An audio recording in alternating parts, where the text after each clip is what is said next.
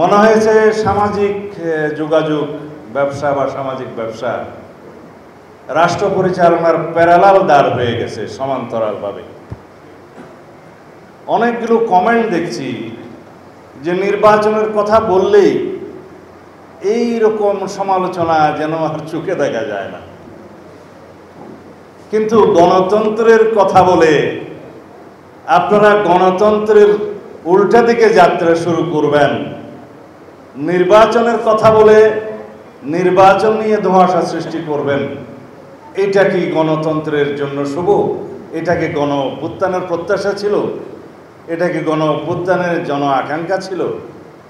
হ্যাঁ, কেউ কেউ তার নিজস্ব কেরিয়ার বিল্ডিংয়ের জন্য সামাজিক মাধ্যম ব্যবহার করতে পারেন। আমরা দেখেছি, আমরাও সার্টিফিকেট দিচ্ছি যে আমাদের অনেক সহকারী উপদেষ্টা বা মন্ত্রী প্রতিমন্ত্রীর মর্যাদায় অনেক বিশেষ সহকারী নিয়োগ হয়েছেন। তাদের কর্ম দেশের জন্য কল্যাণকর, আমরা তাদেরকে প্রশংসা করি। কিন্তু সেটাকে গণতন্ত্র ছাড়া আপনারা পারবেন?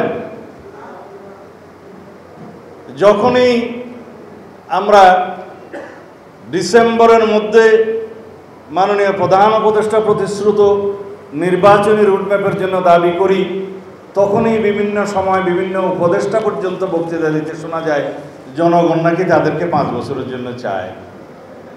ইতি স্বরাষ্ট্র উপদেষ্টা কয়দিন আগে বোধহয় দেখেছেন,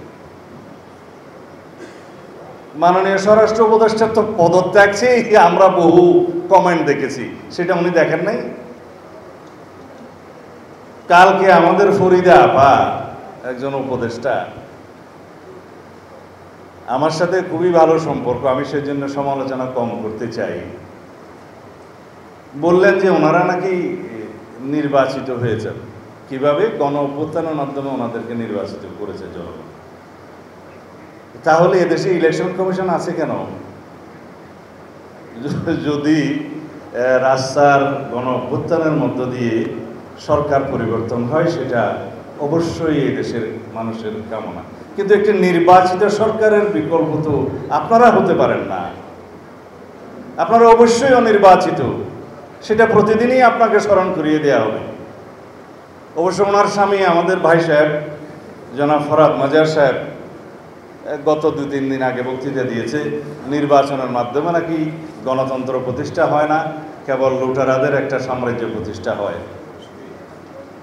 কি আর বলবো, যে নির্বাচনের জন্য, যে ভোটাধিকারের জন্য, যে গণতান্ত্রিক অধিকার ফিরে পাওয়ার জন্য, যে সাংবিধানিক অধিকার ফিরে পাওয়ার জন্য এদেশের হাজার মানুষ শহীদ হলেন, গণ অভ্যুত্থান হলো, ফ্যাসিবাদের পতন হলো, সেই নির্বাচন, সেই ভোটাধিকারকে আপনারা অস্বীকার করছেন। কাদেরকে আপনারা উৎসাহিত করছেন? কোন গণতান্ত্রিক শক্তিকে এই মাঝপথে আপনারা সুবিধা দিচ্ছেন? কাদেরকে সুবিধা দেওয়ার জন্য, কাদের এজেন্ডা বাস্তবায়নের জন্য মাননীয় প্রধান উপদেষ্টা প্রায় ডিসেম্বর থেকে জুন এই সমস্ত আসা যাওয়া করছেন? এক জায়গায় স্থির থাকতে পারছেন না কেন? আপনি পৃথিবী বিখ্যাত একজন সম্মানিত ব্যক্তি, আপনার এই রকম শিফটিংটা কিন্তু জাতি এবং আন্তর্জাতিক ভালোভাবে নেবে না।